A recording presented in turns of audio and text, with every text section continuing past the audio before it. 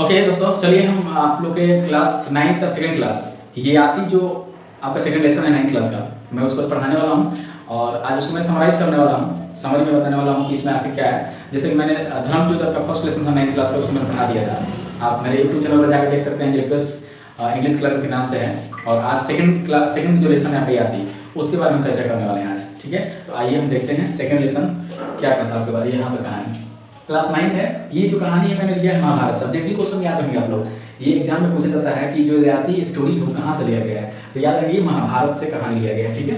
Lesson 2 है आपका, ययाति नाम है इस लेसन का। वो राइटर्स नेम, जो लेखक का नाम है वो है सी राजगोपालाचारी, सी राजगोपालाचारी।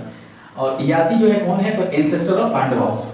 एंसेस्टर का मतलब होता है पूर्वज, मतलब पांडवों का एक पूर्वज है एंसेस्टर, ठीक है। इसमें कैरेक्टर है शुक्राचार्य जिन्होंने कष्ट दिया है, कहानी में समझाऊंगा तब बताऊंगा। फिर देवयानी कौन है, पुरु कौन है, गार्डन कुबेरा क्या है, मैं कहानी समझा रहा हूँ, तो मैं स्टेप बाय स्टेप को क्लियर करूंगा, ठीक है। तो कहानी क्या है सुनेंगे अब। फर्स्ट स्टेप क्लियर हो गया कि ये कहानी जो जाती है ये आपको लिया गया है महाभारत से, और महाभारत से कहानी जो है बहुत इंटरेस्टिंग कहानी है, इससे एक सबक है, सीख है हम लोग को। तो आपको कहानी क्लियर करते हैं। ययाति जो है मतलब उसके 5 पुत्र हैं, 5 पुत्र हैं, और 5 पुत्र युवा हैं, यूथ हैं बिल्कुल। अचानक होता क्या है, ययाति जो है थोड़ा सा रॉन्ग बिहेव करता है, मतलब गलत व्यवहार। किससे गलत व्यवहार करता है, तो यहाँ नाम देख सकते हैं देवयानी। जो देवयानी है यानी कौन है, वाइफ ऑफ शुक्राचार्य। तो शुक्राचार्य का पत्नी के साथ जब ययाति जब रॉन्ग बिहेव करता है, जिसके वजह से गुस्सा में आकर के शुक्राचार्य जो है ययाति को क्या दे देते हैं, कर्स करते हैं। कर्स मतलब होता है अभिशाप देना, श्राप देना।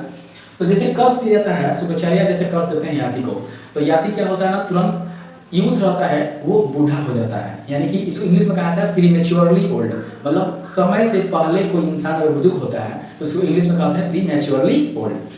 तो ययाति बुजुर्ग हो गया, क्यों हो गया समझ में आ गया, क्योंकि शुक्राचार्य ने श्राप दिया, और श्राप इसलिए दिया क्योंकि ययाति ने उनकी पत्नी के साथ गलत व्यवहार किया, ठीक है। ये कहानी यहाँ स्पष्ट हो गई है, आगे बढ़ते हैं।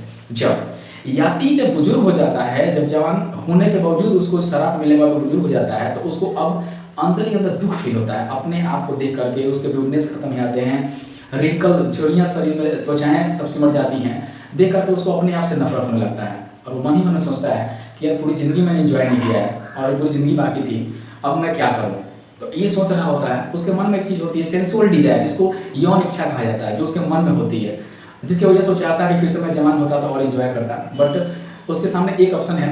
ऑप्शन क्या है, तो उसके 5 पुत्र हैं, मैंने कहानी पहले बताया था। वो 5 पुत्रों के पास 1 बाई 1 जाने का अपने मन में निर्णय लेता है और सोचता है कि चलो ये बुला लेते हैं, सबको कॉल करता है, बुलाता है और 5 पुत्रों के सामने अपने इस प्रपोजल को रखता है, अपने इस प्रस्ताव को रखता है।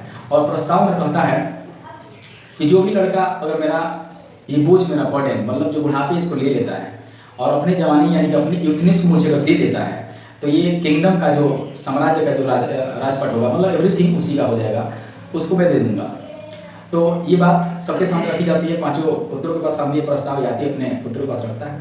सबसे बड़े बेटे से जब पूछता है तो क्या कहता है सुनिए। सबसे बड़ा बेटा का जवाब होता है, वो कहता है कि पिताजी आप भले मैं आपसे प्यार करता हूँ, अलग की बात है, लेकिन मैं अपने जवानी को यानी यूथनेस को आपको नहीं दे सकता हूँ और आपके बुढ़ापे इसको नहीं ले सकता हूँ। अब कहता है कि इसलिए मैं नहीं ले सकता हूँ क्योंकि अगर मैं ऐसा करता हूँ तो मेरे सर्वेंट जो होंगे, जो नौकरानियाँ होंगी, औरतें जो होंगी, वो मेरे ऊपर ना मजाक उड़ाएंगी।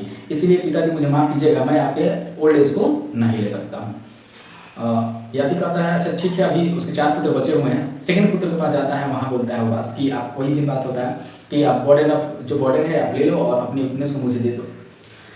तो सेकंड पुत्र कहता है कि पिताजी मैं भी ये सब चीज़ें नहीं कर सकता हूँ, और इसलिए नहीं कर सकता हूँ कि जो बुजुर्ग अवस्था होती है उसमें ना स्ट्रेंथ, जो ताकत होती है वो कमजोर हो जाता है, साथ ही साथ ड्यूटनेस खत्म हो जाती है, सौंदर्य खत्म हो जाता है। तो मान लीजिए अगर हम आपके बुढ़ापे को लेते हैं तो सभी लोग मजाक उड़ाएंगे मेरा, तो पिताजी मैं भी ऐसा नहीं कर सकता हूँ। तो ययाति के मन में आता है चलो अभी 3rd पुत्र है उसको पूछते हैं। 3rd पुत्र के पास हो जाते हैं और वहाँ पूछते हैं। 3rd पुत्र से पूछते हैं कि वही बात रिपीटेशन होता है, लेकिन 3rd पुत्र कहता है कि पिताजी मैं इस बात से स्वीकार नहीं कर सकता हूँ, मैं यानी कि आपके बुजुर्ग एज को नहीं ले सकता हूँ। इसलिए नहीं ले सकता हूँ कि बुढ़ापा जो एज होता है ना, मुझे घुड़सवारी करना है, राइडिंग करना है, तो मैं घोड़े पर नहीं चढ़ पाऊँगा, एलिफेंट पर नहीं चढ़ पाऊँगा, वीकनेस हो जाता है, तो मैं ऐसा असक्षम हो जाऊँ करने में। तो अगर मैं आपको बुढ़ापे से लेता हूँ तो इसलिए मैं भी ऐसा नहीं कर सकता। ययाति जब 3 पुत्र जब उसको मना कर देते हैं, जब उसके ओल्ड एज को नहीं लेते हैं, तो ययाति बहुत नाराज हो जाता है और फिर से थोड़ा सा एंग्री होता है, गुस्सा होता है, लेकिन उम्मीद है कि 2 बच्चे उनके बचे हुए हैं। तो फिर वो जाता है अपने 4th नंबर जो पुत्र है उसके पास जाता है और वहाँ अपनी जो समस्या है वहाँ बताता है, कहता है। चौथा पुत्र कहता है कि पिताजी भले मैं आपका लड़का हूँ, अलग की बात है, लेकिन मैं ऐसा नहीं कर सकता हूँ। आखिर क्यों नहीं कर सकते हैं? वो बताता है कि जो बुढ़ापे एज होता है ना, उसमें दूसरों की मदद कर लेनी पड़ती है। यानी कि बुढ़ापे एज में अपना स्ट्रेंथ तो खत्म हो जाता है, दूसरे लोग मदद करने आते हैं। साथ ही साथ बुजुर्ग लोग की जो शरीर होती है उतने साफ कुछ नहीं होता है। तो ऐसा अगर मैं करता हूँ तो सभी लोग मेरे ऊपर मजाक उड़ाएंगे, इसलिए मैं ऐसा नहीं कर सकता हूँ। ठीक है, तो वो अब उम्मीद बिल्कुल उससे खत्म हो जाती है। वो कहता है ठीक है, मैं चौथा पुत्र जो बचा, अब तो उम्मीद खत्म हो गई, 5वां पुत्र बच गया उसका, जिसका नाम है पुरु। मैंने लिखा भी यहाँ पर, देख सकते हैं, पुरु द यंगेस्ट सन ऑफ याति। यहाँ देख सकते हैं ना, पुरु द यंगेस्ट सन ऑफ याति। पुरु का नाम याद रखिएगा, ये सबसे छोटा लड़का है उनका, याति का।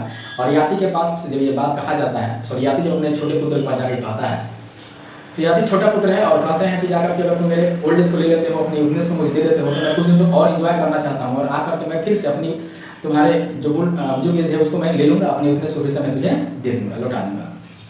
तो पूर्व बहुत प्यारा लड़का है, अपने पिता से काफ़ी मतलब एक तरह से मोहब्बत और प्यार है। तो उसी में आकर के वो अपने पिता को इस बात को स्वीकार कर लेता है, कहता है ठीक है पिताजी, आप अपने बुढ़ापे इसको मुझे दे दीजिए और मेरी अपनी यूथनेस मेरी ले लीजिए। जैसे ही कहता है पुरु, उस वैसे ही तुरंत याति क्या होता है ना, फिर से युवा हो जाता है, और पुरु जो होता है ना फिर से बुजुर्ग हो जाता है।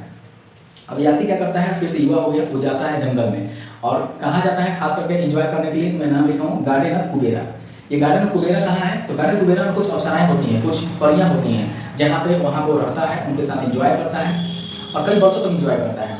लेकिन जब गार्डन कुबेरा से उससे लौट के आता है तो अपने छोटे पुत्र से ये बात कहता है, क्या कहते हैं समझेंगे। वो कहता है कि बेटा, ये सेंसुअल डिजायर जो है ना, और जो कुछ भी दुनिया में चीज़ नहीं है जो इंसान को मतलब उसकी इच्छाओं को पूर्ति कर सकता है।